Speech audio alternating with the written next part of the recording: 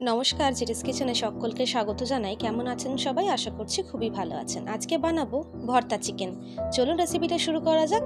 কড়াইটা গরম করে দিয়ে দিলাম জল, দিলাম তার মধ্যে তেজপাতা, দুটো লং, দুটো এলাচ, কয়েকটা গোলমরিচ, আপনারা চাইলে দারচিনিও ব্যবহার করতে পারেন। এরপর নাড়িয়ে চাড়িয়ে নিয়ে এখানে দিয়ে দেবো পরিমাণ মতো মাংস। মাংসটা আমি ছোট পিস ব্যবহার করেছি, আপনারা চাইলে বড় পিসের ব্যবহারও করতে পারেন। তাড়াতাড়ি যেন সিদ্ধ হয় সেই জন্য কিন্তু এই ছোট পিসগুলো ব্যবহার করেছি। এই মাংসটার সাথে আমি দিয়ে দেব দুটো ডিম সিদ্ধ হওয়ার জন্য, কারণ ডিম সিদ্ধরও প্রয়োজন, একসাথেই তাহলে সিদ্ধ হয়ে যাবে। এখানে দিয়ে দেবো পরিমাণ মতো নুন, এবং এই মাংসের উপর যে ফেনাগুলো আছে সেগুলো কিন্তু আমাদেরকে তুলে ফেলে দিতে হবে। এরপর মাংসটা সিদ্ধ হয়ে গেলে জল ছেড়ে তুলে নেব।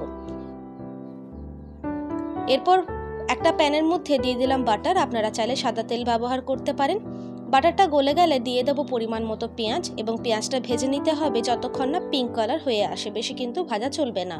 আমার এই ছোট্ট চ্যানেলে যারা নতুন, অনুরোধ থাকবে চ্যানেলটি সাবস্ক্রাইব করে পাশে থাকা বেল আইকনটি ক্লিক করে অল নোটিফিকেশনটিকে অন করে দেবেন। পেঁয়াজটা ভাজা হয়ে গেছে। এরপর দিয়ে দিলাম পরিমাণ মতো রসুন এবং হাফ ইঞ্চের মতো আদা কুচি, এবং এখানে এটাকে 2 মিনিটের জন্য ভেজে নিয়েছি। তারপর দিয়ে দিলাম কয়েকটা কাজু, 8 থেকে 9টা কাজু দিয়েছি। কাজুটা দিয়েও কিন্তু 2 মিনিটের মতো ভাজতে হবে। তারপর আমি দিয়ে দিলাম একটা বড় টমেটো, পাকা টমেটো দিয়েছি, লাল রঙের, কাঁচা কিন্তু দেবেন না। টমেটোটা দেওয়ার পর আমি এখানে দিয়ে দিলাম পরিমাণ মতো নুন এবং হলুদ, আপনারা চাইলে লঙ্কা গুঁড়ো ব্যবহার করতে পারেন।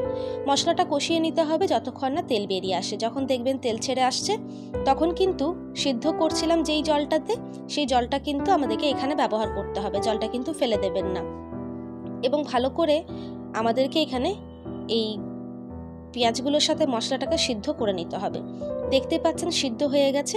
এরপর আমরা গ্যাসটা অফ করে এটাকে ঠান্ডা হতে দেব। এটা ঠান্ডা হোক, ততক্ষণ আমরা মাংসটাকে ছাড়িয়ে নেব।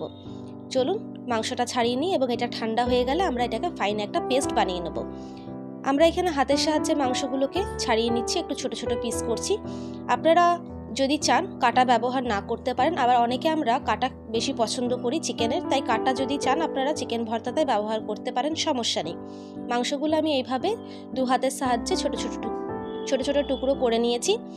এরপর একটা কড়াইয়ে বাটার দিলাম, বাটারটা গলে গেলে এর মধ্যে দিয়ে দেবো জিরে ফোড়ন, গোটা জিরে ফোড়ন দিলাম।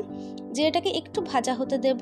ভাজা হলে এখানে আমরা ব্যবহার করব কাঁচা লঙ্কা। যে যেমন ঝাল খেতে পছন্দ করেন সেই পরিমাণে কাঁচা লঙ্কাটা ব্যবহার করবেন। কাঁচা লঙ্কাটাকে দিয়েও কিন্তু একটু ভাজতে হবে।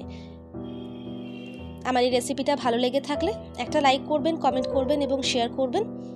এখানে আমি দিয়ে দিলাম কাশ্মীরি লাল মির্চ, এবং দেব একটু হলুদ।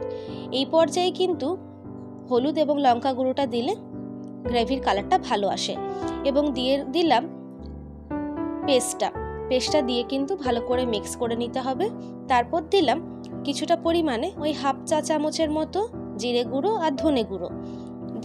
জিরে গুঁড়োটা দিয়ে ভালো করে মশলাটাকে মিক্স করতে হবে। মশলাটাকে ভালো মতো কষাতে হবে যতক্ষণ না তেল ছেড়ে আসে। আমি এখানে কিছুটা জল ব্যবহার করেছিলাম, তারপর ফুটতে দিয়েছিলাম। দেখতেই পাচ্ছেন গ্রেভি থেকে এরপর কিন্তু তেল ছেড়ে আসছে। এই পর্যায়ে আমি ব্যবহার করলাম মাংসটা। এখানে আমি মাংসটা দিয়ে দিলাম। দেওয়ার কারণটা জানাবো, কারণ যেন ফ্লেভারটাই মাংসের মধ্যে আসতে পারে, সেই জন্য আমি মাংসটাকে এখানে দিয়ে দিলাম। আরেকটা কথা জানাতে চাইবো, আমি কিন্তু এখানে কিছুটা জলেরও ব্যবহার করেছি। দেখতেই পাচ্ছেন আমি কিছুটা জলও দিলাম, কারণ আমি এখানে 3 থেকে 4 মিনিট মাংসটাকে এই গ্রেভিটার সাথে দিয়ে ফুটতে দিয়েছিলাম। কারণ গ্রেভিটা যতটা টেস্ট হবে, মাংসের মধ্যে ফ্লেভারটা গেলে কিন্তু আরও বেশি ভালো লাগবে। ফুটে যাওয়ার পর আমি এখানে অ্যাড করে দিলাম গরম মশলা গুঁড়ো এবং কস্তুরি মেথি। তারপর মিক্স করে রেখে দেব কিছুক্ষণ, 30 সেকেন্ডের মতো জাল দেব। এরপর অ্যাড করলাম কিছুটা দুধ, আপনারা ক্রিম ব্যবহার করতে পারেন। আমার কাছে ক্রিমটা ছিল না, তাই আমি দুধ ব্যবহার করেছি। দুধটা দিয়ে 2 মিনিটের জন্য জাল দিয়েছিলাম। তারপর আমরা এখানে অ্যাড করে দেব কুচি করে রাখা ডিমটা এবং ধনেপাতা কুচি। তারপর আর কি মিক্স করে গরম গরম পরিবেশন করুন, নান, পরোটা, রুটি যা কিছুর সাথে। আবার এটা কিন্তু ভাতের সাথেও ভালো খেতে লাগে।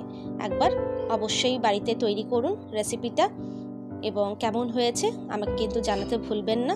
আমি অপেক্ষায় থাকবো আপনাদের ফিডব্যাকের। চলুন দেখা হচ্ছে পরের ভিডিওতে নতুন রেসিপির সাথে। সুস্থ থাকবেন, ভালো থাকবেন, সাবধানে থাকবেন এবং কেমন হয়েছে জানাতে ভুলবেন না। ভালো লাগলে লাইক করবেন, কমেন্ট করবেন, পরিবারের সাথে একবার শেয়ার করবেন।